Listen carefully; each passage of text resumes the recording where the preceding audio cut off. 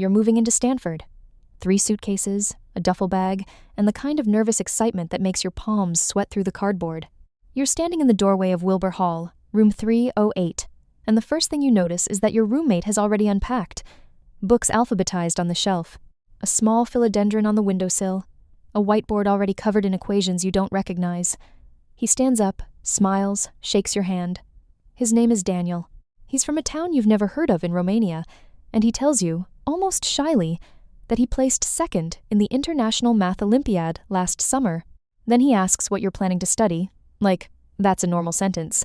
You laugh because you don't know what else to do. You got into Stanford. You worked for this.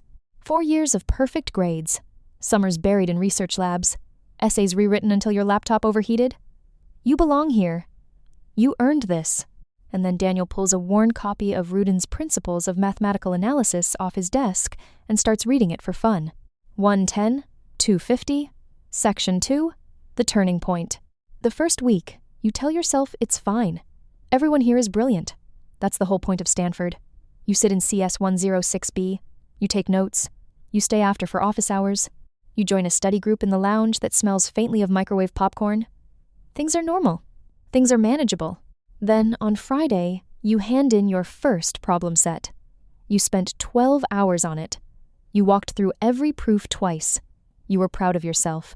That night, Daniel comes back from the math library at midnight, drops his backpack, and mentions he just finished his. You ask how long it took. He shrugs. 40 minutes, he thinks. Maybe less. He skipped problem 6 because he'd already seen the result in a 1987 paper and didn't want to essentially copy. Your stomach drops. You laugh again, because that's apparently what you do now. He goes to bed. You sit at your desk, staring at the wall, doing the math that has nothing to do with your problem set. 12 hours versus 40 minutes. You are 18 times slower than the person sleeping 6 feet from you, and the quarter just started. You think about your parents on the drive up Palm Drive, how proud they looked, how your mother kept saying you earned this. For the first time in your life, you wonder if she was wrong. 250, 610, Section 3, Initial Adaptation and Harsh Realities. You decide, that weekend, that you can close the gap with effort. You always have. That's the only thing you're sure of anymore. So you stop sleeping. Not in a dramatic way, you just shave 45 minutes off here, an hour there. You wake at 6 to read ahead. You stay in Green Library until it closes at 2 a.m. You eat granola bars at your desk because the dining hall takes too long. Your skin starts breaking out under your jaw in places it never did before. You watch the line forming for Coupa Cafe in the morning and think, that's 20 minutes I don't have. Daniel notices nothing. Or if he notices, he doesn't say anything. He goes to office hours not to ask questions, but because the TAs like him. He plays pickup soccer on Wednesdays. He calls his mother every Sunday. He sleeps 8 hours a night, sometimes 9. He gets a 98 on the midterm. You get a 71 and lock yourself in a study room in Meyer for 2 hours so nobody sees your face. You start lying. Small ones. When friends from home FaceTime, you say you're loving it. You post a photo on the steps of Memorial Church with a caption about the dream. You delete it after 11 minutes because it feels like a confession. You tell your dad the work is challenging but fair. You don't tell him you cried in a bathroom stall in the basement of Hoover Tower because you couldn't follow a lecture, you'd already done the readings. 4, twice. You learn the geometry of disappointment. The walk back from the math building when a problem set comes back with red ink.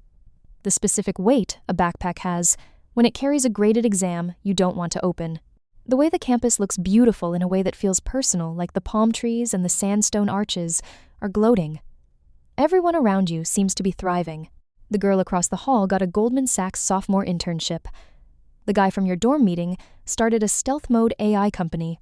Daniel emails his complex analysis professor about a small extension of a theorem, and the professor invites him to dinner. You start looking at the Stanford acceptance rate, 4%, like it's a curse instead of a credential. They let you in by mistake, you tell yourself. Or worse, they let you in correctly, and this is just what correct looks like. This is what you really are when stripped of the small pond. 6, 10, 1040. Section 4. Escalation and deepening immersion. Winter quarter is when you start to change. You don't notice it at first. The transformation happens in tiny, deniable increments. You stop calling your friends from high school. You stop responding to your sister's texts within the day. You stop reading anything that isn't assigned. You used to love novels. You can't remember the last book you finished that didn't have problem sets attached to it. You're not a person anymore. You're a throughput machine. Your relationship with Daniel calcifies into something polite and thin. You don't ask him for help, even when he offers. Asking him would be admitting it. You'd rather fail than confirm what you already know. He's nice about it, which somehow makes it worse. One night, he leaves a printout of his solutions on your desk, with a note that says, "In case it helps, no pressure." You stare at it for an hour. Then you put it in your drawer and don't look at it again, because looking at it would make you feel like a charity case, and not looking at it would make you feel like a coward, and you've decided coward is the cheaper option. You start cutting corners you swore you wouldn't. You skim instead of reading. You go to lecture and zone out, and then watch the recording later at 2.5x. You start using Chegg for the problems you can't solve in under 30 minutes, because 30 minutes you can lose. An hour you can't. You tell yourself this is what everyone does, and the awful part is, you're mostly right. You see the same accounts logged in to the same answer threads at 1A. The Stanford honor code becomes an abstraction, a poster on a dorm wall. You stop noticing the moment you stopped believing in it. You audition for the version of yourself that the campus seems to want. You buy a Patagonia fleece. You start saying honestly before every other sentence. You laugh at jokes about CS majors with a bitterness that surprises you because you are one. You learn that there are two kinds of people at Stanford: the ones who quietly built the future before they got here, and the ones still figuring out which lie to tell at the next networking event. You know which one you are. In February, you get an email from your old high school. They want to know if you'd come back as a distinguished alum to talk to seniors. You read the email 3 times. You think about standing in front of a room of 17-year-olds and telling them how to get to where you are. You can't think of a single piece of advice you'd give that wouldn't be a lie. You don't reply. What scares you most is that some days, you don't feel anything. You walk past Hoover Tower at sunset, the sky doing the thing it does over the foothills, and you feel nothing. You used to dream about that exact view. Now it's just the route between 2 libraries. Daniel finishes a research paper with his analysis professor in the spring. He doesn't tell you. You find out from a Stanford newsletter that posts his name with the word co-author next to it, freshman year, like that's a thing humans can be. You read it twice and close the tab. 10:40, 12:30, Section 5, the climax, point of no return. It happens on a Thursday in May, during dead week. You are alone in a study carrel on the 4th floor of Green East, with a final exam in 18 hours and a problem you cannot solve. You've been there for 9 hours. You've drunk 4 coffees and eaten a Cliff Bar that you're not sure was still in date. The carpet smells like other people's exhaustion. You stare at the question. The question stares back. You know you can find the solution online. You've already opened the tab. You've already typed in the keywords. The cursor is blinking, waiting for you to commit a felony in the eyes of the only institution you've ever wanted to belong to.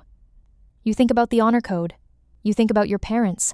You think about Daniel, who is probably asleep right now, because Daniel sleeps like a person who doesn't have to make this choice. You also think about something else. You think about quitting, about filling out a leave of absence form tomorrow, and getting on a plane on Saturday. You think about your mother's face when she opens the door. You think about your high school AP Chem teacher who hugged you on graduation day. You think about every adult who has ever told you that you'd do something extraordinary. You stare at the screen. You have 2 choices: cheat or fail. There is no third one. Or there is, but it requires a kind of person you haven't been since September. You close the laptop. Slowly, you pack your bag. You walk back across campus in the dark with the answer not yet decided, the question not yet submitted, and the strange, quiet realization that whatever you do tomorrow morning will be the line you don't get to uncross. 12:30, 13:10, Section 6. Lingering consequences and open ending. In the morning, you take the exam. You don't know yet which version of yourself walked in. You'll know in 3 weeks, when the grade comes back. You'll know in 3 years, when you graduate or you don't. You'll know in 20 years, when you tell the story to someone and you find out which parts you decided to leave in.